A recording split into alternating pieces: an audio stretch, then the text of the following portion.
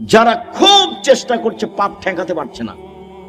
আব্দুর রাজ্জাক বিন ইউসুফের বক্তব্য শুনে কতবার যে কান ধরে কসম করলো আর কোনোদিন কোনো মেয়ের সাথে কথা বলবো না, কিন্তু টিকতে পারে। 2 মাস 4 মাস পরে কথা বলে, বিড়ি সিগারেট খাবো না, তো 2 দিন 4 দিন পরে আবার শুরু করে। দোকানে বসে আড্ডা পিটবো না, সপ্তাহ পার হয়নি, পরের দিন দেখছে দোকানের সামনে বসে আছে। তাহলে বুদ্ধি কি? বহু ছেলে বহু লোক বলে আমাকে, আব্দুর রাজ্জাক সাহেব টিকতে পারি না, কোনো পথ আছে?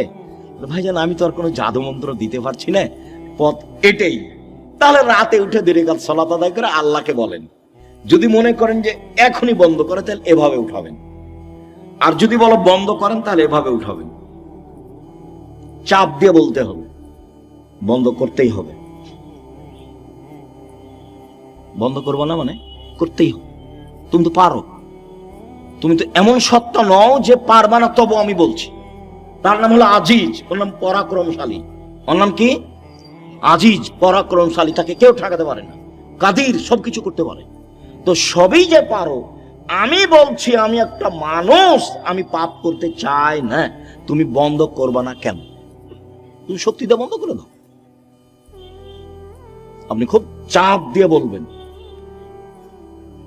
হাত তুলে বলবেন, খুব বিনয়ের সাথে কান্নাকাটি করে চাপ দিবেন, বন্ধ হবে ইনশাআল্লাহ।